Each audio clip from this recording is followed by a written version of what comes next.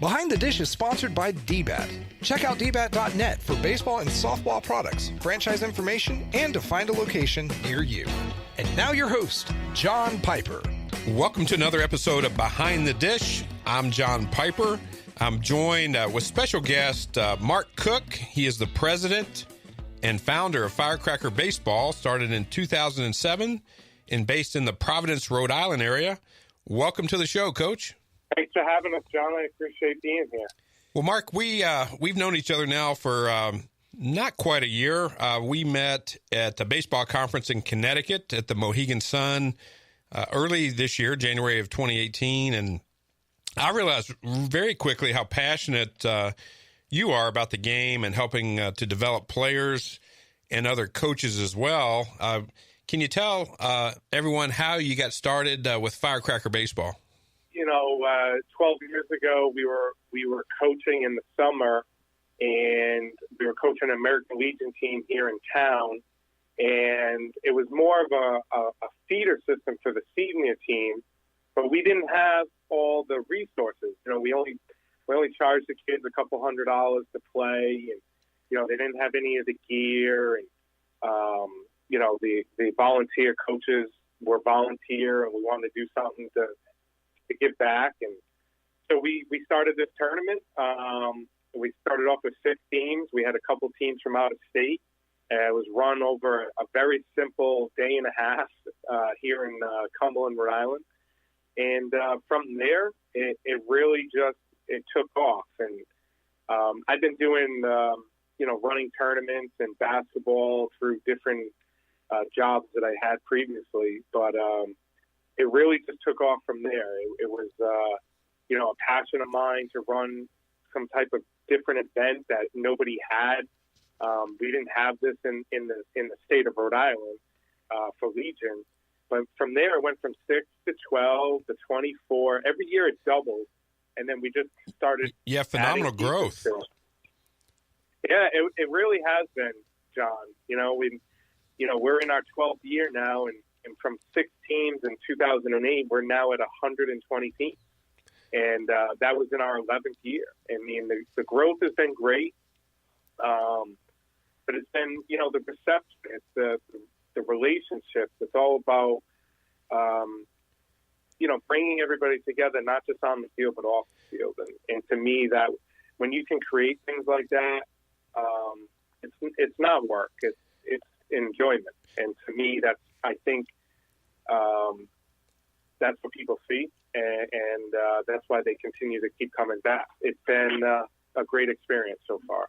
Mark, you've been passionate about baseball your whole life. You were a standout player in high school at Bishop Feehan High School up there in the Northeast, and you went on to play some college ball. You were a pitcher. So you've been around the game your whole life. So it must be a very unique experience to be able to coach and mentor some of the youth up there in the Northeast. Yeah, John, we playing baseball up here in the Northeast is a little bit different animal than it is anywhere else in the country. I've had the privilege of traveling a little bit more in the last few years, running these type of events. But coaching in college the last 4.5 years, I've seen a lot of different schools, a lot of different areas of the country. The Northeast is special. We have the most D3 schools within this radius. The most players playing at that level in this country is up here in the Northeast. So many different varieties of schools. The baseball up here is unique. I mean, we're limited with the time of year, but the baseball is passionate. I mean, obviously, you got 2 of the best organizations in pro baseball with the Red Sox and Yankees up here, and that rivalry continues on today, for the last 100 years. But, baseball is very passionate up here. I've seen a lot of great people, and there's a lot of great people in the game that even when they're done playing, like myself, stay in the game in different ways. And it's been a great experience so far. And yes, we were just talking about it. Very lucky to still be in the game of baseball, doing what we love and working with people like yourself. It's been great. I had a chance to travel up to Providence, Rhode Island this summer and be part of one of your showcases and tournaments. Full disclosure, DBAT and Firecracker Baseball worked together to supply wood bats, and we did some of your custom trophies in a wood bat form. I think those turned out really well, and other baseball products to your tournament participants and athletes. And I can tell you, DBAT's excited about working together moving forward. It is. It's been. It was great to finally meet you and have you come up to our 4th of July showcase tournament and be a part of that. Be a part of the showcase. Where we had over 120 kids working out for 40 plus college coaches. It was great, and then to have DBAT up here in the Northeast with a presence throughout the tournament, the next few days at Brown University, Bryan, Johnson and Wales University, Rhode Island College, all the schools that we host this event at.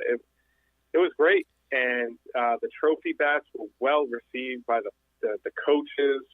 They brought them back to their facilities. I get text messages from them, thanking them for the trophies, the experience, and just how we bring all our partners together, like DBAT and others. And it was great to finally meet you, John, and Chase, and it's been a great run so far, and I'm looking forward to many years. I had a chance to be at a game at Brown University and Rhode Island College, and you're correct, Mark. The unique brand of baseball up there, the intimate stadiums, the smaller schools. Everyone's very passionate about the game up there. I met a lot of great people, some longtime umpires. It was just really what it's all about. It is. I mean, we talked briefly about it a couple minutes ago with how the tournament's grown. I mean, we get, people like yourself from Dallas, Texas, and teams from Minnesota and Michigan. And, this upcoming year, we got a team coming from Hawaii. I mean, when you talk about, and this is what the beauty of it is when you can bring umpires, teams, staff to a field where you get a team, for example, this past year, we had a team from Minnesota playing a team from Brooklyn, New York, on a field at Bryant University in Rhode Island. I mean, that is just, you don't get to see that. And with the growth of youth sports and particularly youth baseball with the travel industry, you may get that occasionally across the country at some big national event, but to have that in Rhode Island, that was special. And it's truly amazing to bring that together and to be a part of it. And baseball brings people together. It's one of the unique sports that does that with the downtime. Unlike basketball, soccer, football, the downtime between games, before games, the parents get a chance to get to know each other, and then the players obviously spend a lot of time together. I recall some of the times we talked on the phone. You were assistant at Johnson & Wales this past fall, and you all had to travel south to play in warmer climates, a lot of road trips. So as a coach, you can talk a little bit about the time you spend with your players on the road and the way you can develop them off the field. Yeah, I mean, the southern trips are, at the D3 level, you get that one big trip a year, and it's a long trip. It's as you get older, it's more time away from your family. It's 9 days for some of these trips to be away. But, for us, when we coached at Johnson & Wales, to get on that bus and head south to Myrtle Beach and through the Carolinas and be with the guys, really get to know them off the field. That was important to me. When you can't be with your family, you want to make sure you surround yourself with the right people. And when you can recruit kids and then see them in that avenue, and you don't mind spending time with them because they're good kids. And to me, that was why you coach, and that's you're building lifelong relationships through the game of baseball, and that's why we do this. Coach Cooke, you mentioned just a minute ago, baseball in the Northeast is known for the storied Yankees, the Red Sox, those storied franchises. Many kids grow up in the region with a dream of playing for one of those two organizations. You work closely with youth organizations and high school age kids. what is the state of the union for the future of the game in your part of the country? Well, it's a great question, and obviously Firecracker Baseball is always looking at that avenue. I do. I think, people look at the speed of the game, and obviously safety is a big issue now with the NFL just starting their season. And so people look at baseball and say safety of the game, how can these guys are throwing harder and harder because the facilities are getting better and better and more advanced with training. So a lot of guys are starting to throw 100 plus. I mean, it's not, when you and I were growing up, that was, not the norm. And now, on any given day in Major League Baseball or even Division I baseball, you could see tons of kids throwing close to 100. And so the safety of the game has always become an issue. And of course, the speed of the game. People will say, oh, these other sports are taking kids away from baseball. I don't really believe that's necessarily true. I don't think it's lacrosse. I don't think it's the travel industry that's lowering the numbers in game across the board. I think it has more to do with society and census, and our numbers as a country are down as far as what you and I grew up with, everybody having 2 kids by the time they're 25 is not the same norm as it is today. So people are getting married later, people are having kids later.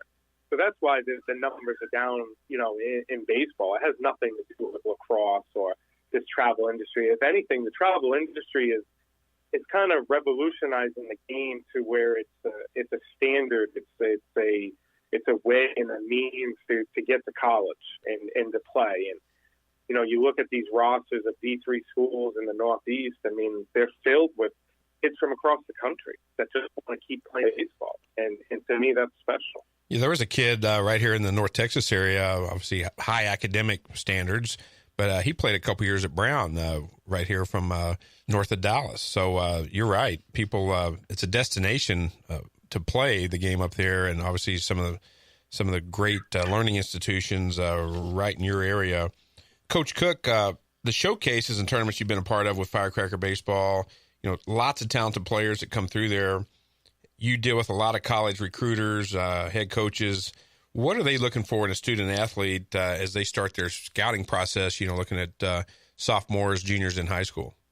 Yeah, each student athlete is different, and the way you approach it is really based on, some principles of, what we talked about, previously about being on that trip. And, when you coach in college, it's obviously a lot different than high school. You're around these young men for 9 months or more.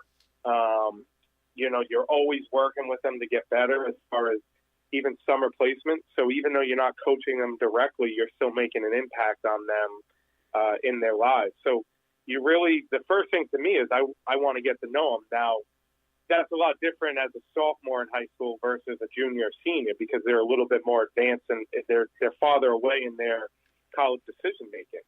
But when you look at a sophomore in high school, you want to see that they're playing multiple sports. There's no difference in the ability to compete on a basketball field as it is on a football field, or ultimately for us a baseball field. There's no difference, but you want them to have these different experiences of coaches, of teammates, playing different sports because of different muscles and everything that they can work. As they get older, juniors and seniors, you want to get to know them on a personal level. Their character is important.